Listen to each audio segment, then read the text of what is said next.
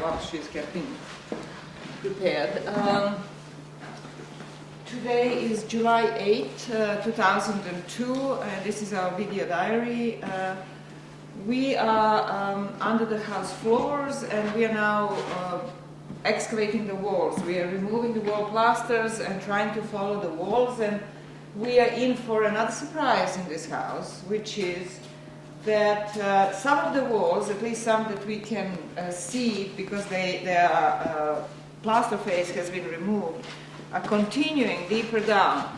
The west wall still has plasters going down below this midden, what we think is a midden, but it could be a fill inside the house. And not just that, but we can also see that this wall consists of two different types of bricks and mortars, and one set of bricks and mortars go up to this, from the bottom up to here, and another one from here up, which means that most likely this lower portion is part of an earlier house. So then there is a possibility that this so-called midden is actually a fill that was put in an earlier house, on top of which was put a floor of the building 3. But for us to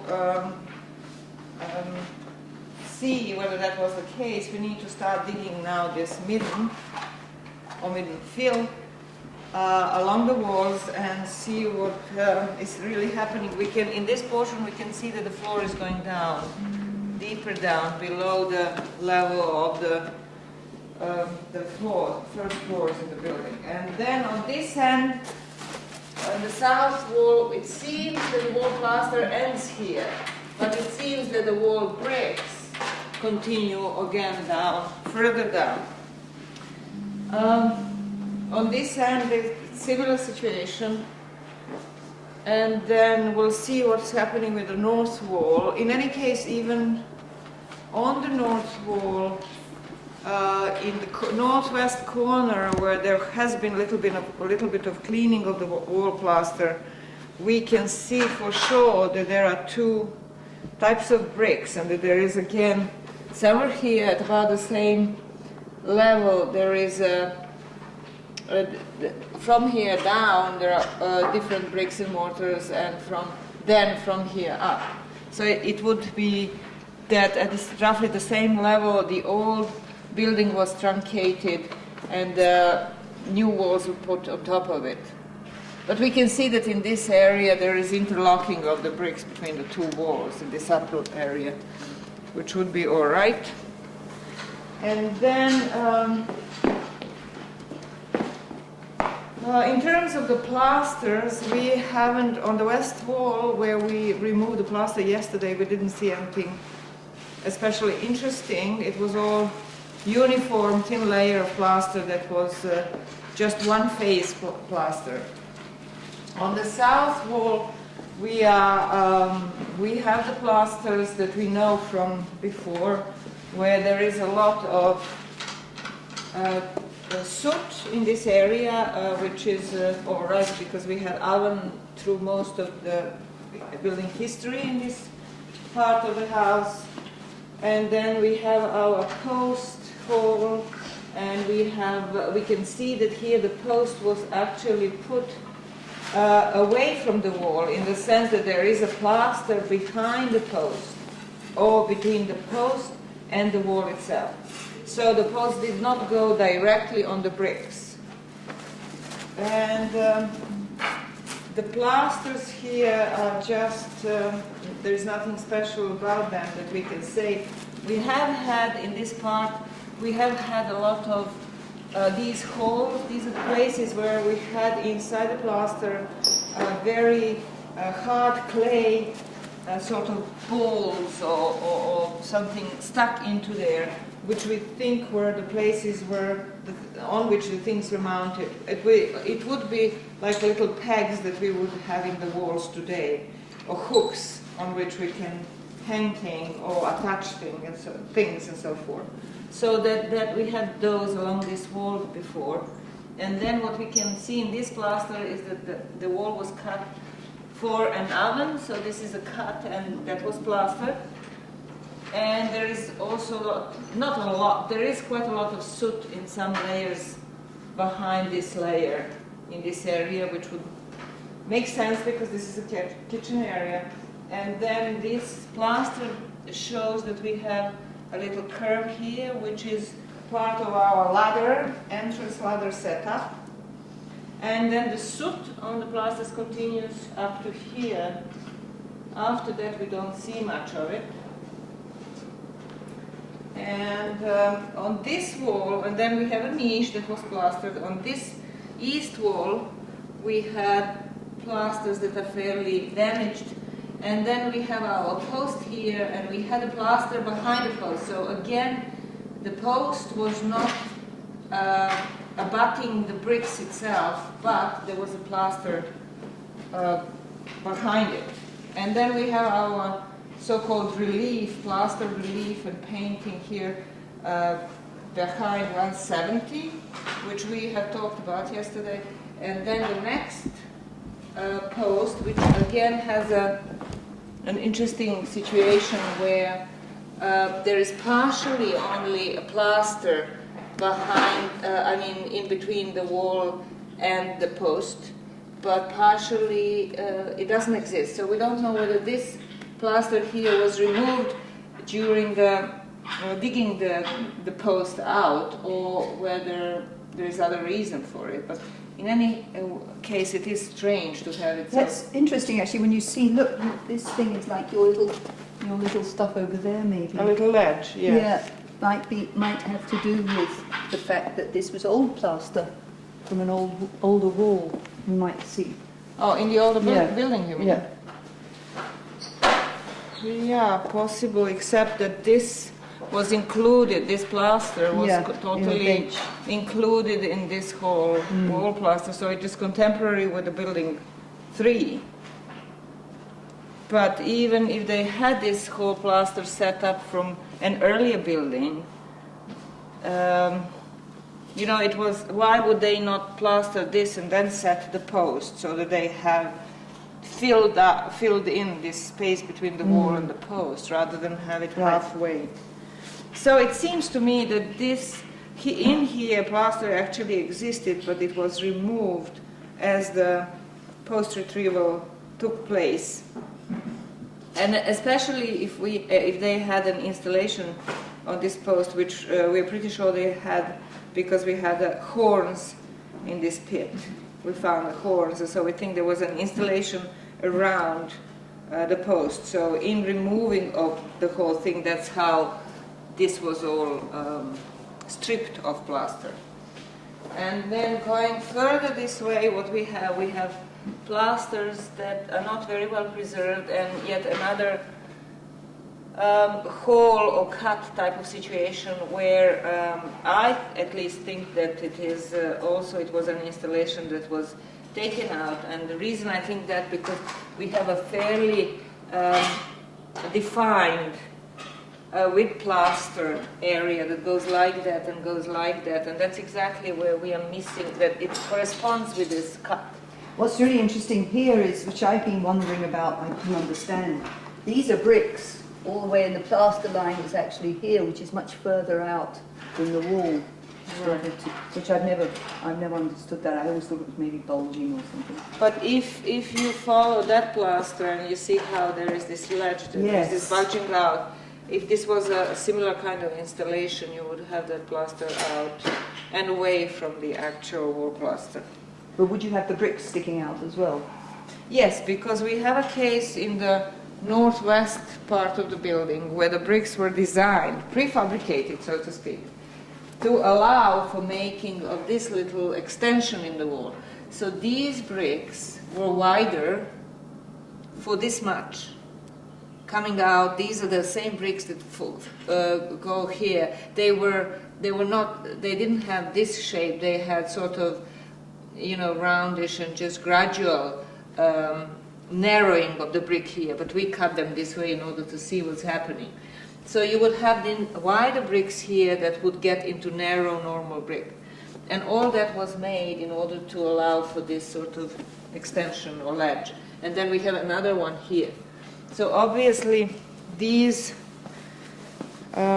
wall installations or little shelves or whatever it was were important, and they were building them, and they were making the bricks to allow for that. So then going further, we have a very thick plasters in this corner, very, very thick. This is probably the thickest plasters, if I remember well, from the beginning of the excavation. In this corner we had the thickest plasters in Building 3. Well preserved, but now they're quite fragile and falling down. So a lot of plastering in this corner, soot on the walls as well. Now this is very far away from the oven, and still we have lots of soot on this layer of plaster and inside. Let me just finish about these posts, and then you can talk about the whole cut business. And then we have another post, which is our tree trunk post that again hasn't been set right on the wall bricks, but on a plaster. And then we have again regular plasters that have evidence of soot, and these are the plasters that also have paint. We have seen earlier a little bit of paint over there. We actually have seen red paint in this area as well on an earlier plasters that are now gone, which are contemporary most likely with this painted wall. And then we have the next post that was a regular tree trunk post, and here we have plaster between the wall bricks and the post, not in the upper area. We don't know if that is because this eroded, the plaster from here eroded, but certainly in the lower area it's a very thick layer of plaster there. And then in this part where the plasters were almost completely stripped, we can see a lot of soot on the plaster and somewhat thinner layers of plaster, not so many layers. And that's about that. And so now going back to the problem of the plasters, especially here in the central part of the north wall and northeast part, plasters going deeper down. What's the deal with that? Oh, yes. Good morning. What we had here when we were excavating were these huge, we've always been having these huge masses of plaster floor and wall packing, plaster floor and packing, and they're very, very thick and densely packed down at the lower you get, until you get to these almost like solid brick-like things at the bottom here, which is what we've got along the wall here. And for that, at the same time, we thought we'd reached the bottom of the plaster at about here, but in fact it started to go on down.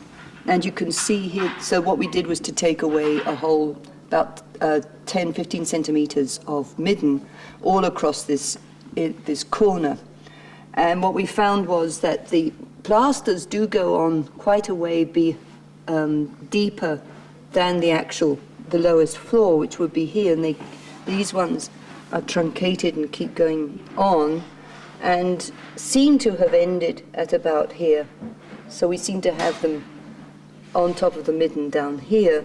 However, they're still going on, the plaster is still continuing down behind this mass of bricky sort of stuff here, so we're not quite sure what's going on, why that is.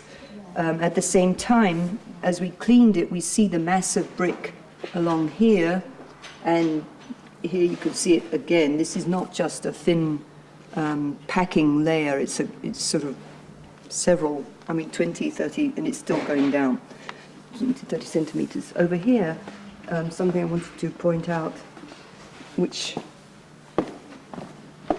is that here you have something that looks like brick, and then mortar, and then brick, but we're not sure about that, whether in fact what we're dealing with here is one section of wall that's in place or moved out of place, but at least wall from the earlier house along along our northern wall here, and possibly another section going in the north-south direction there.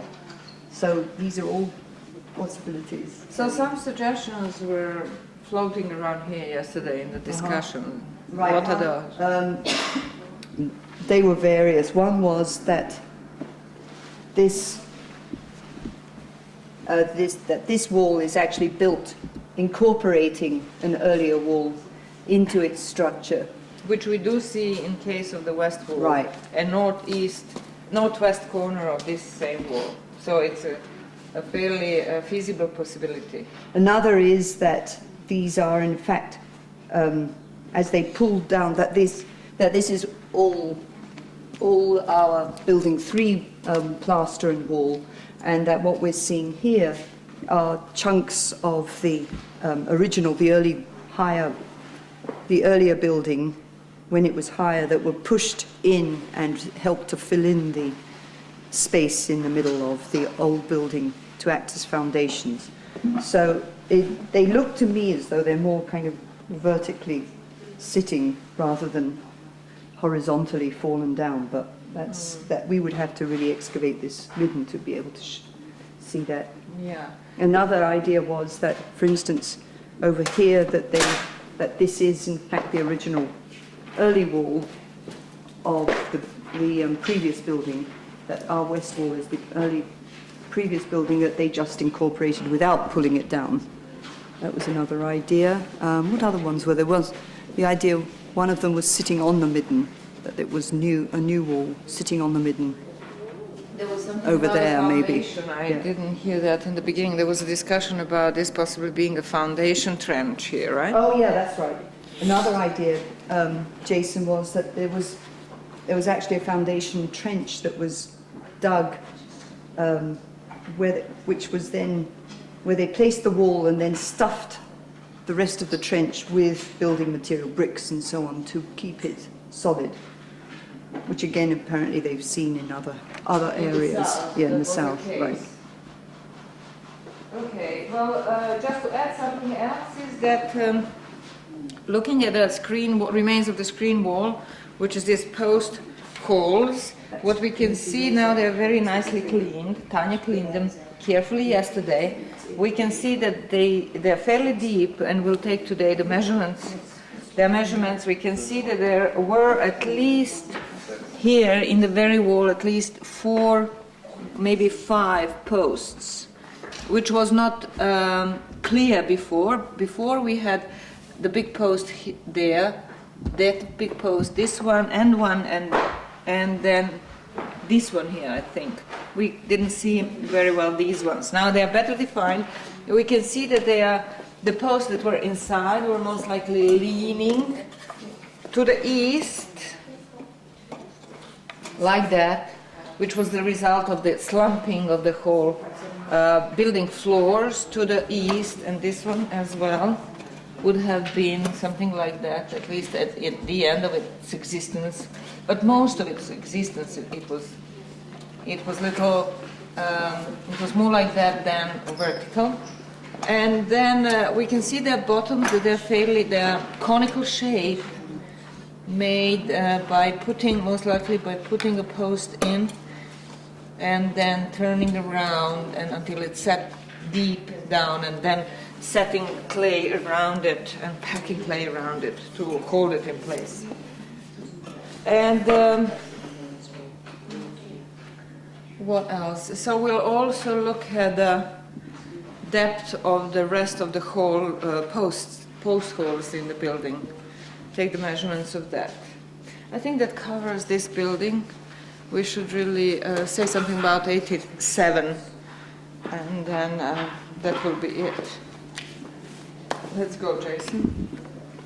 Jason, darling, let's go out for a walk.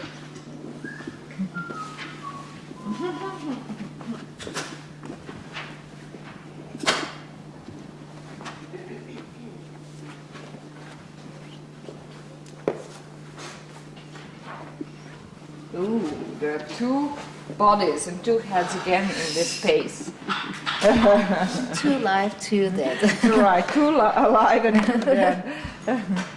Okay, so here we have our additional 2 cuts that have been opened. One here and one here. Right. And then we have the following situation. Well, over on this side, we have this head here, which has been showing for quite some time, and then the body now that goes to the head is exposed. And it may or may not be in part from the cut that we did over here. We haven't really determined that yet. But anyway, this is an adult, an older adult, probably a female, sitting here like this. And then underneath this, as we're exposing the legs, there's another skull that is just coming up underneath it of a child or an infant. So that's another individual.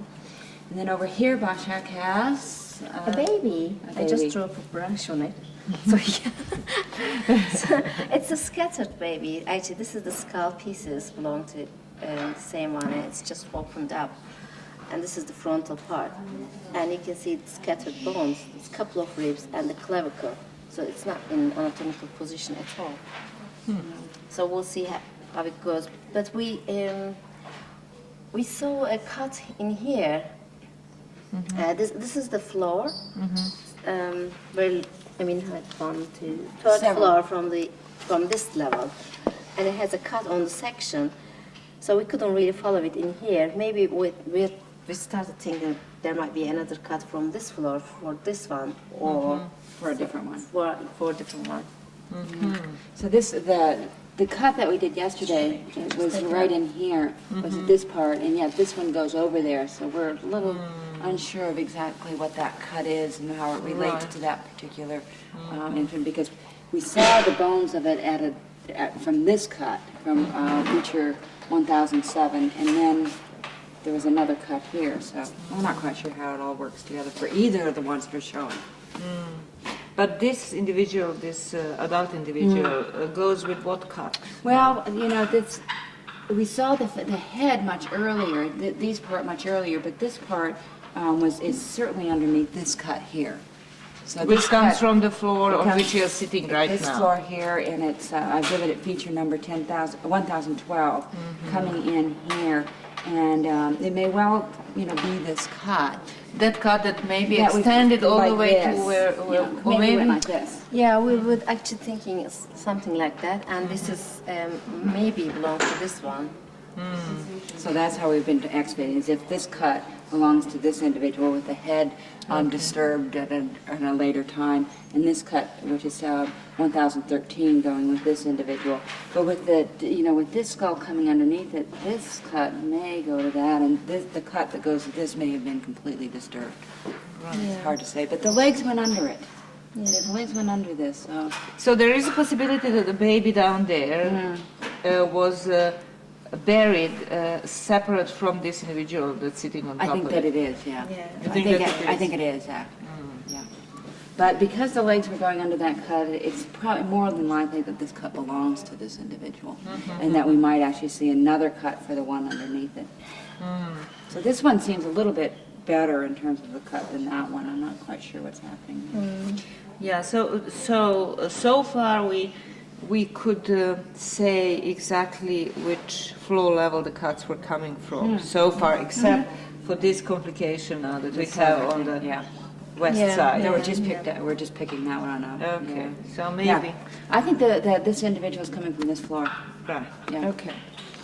And that one, I don't know. Okay. All right. Well, that concludes our video report for today. Thank you. Bye.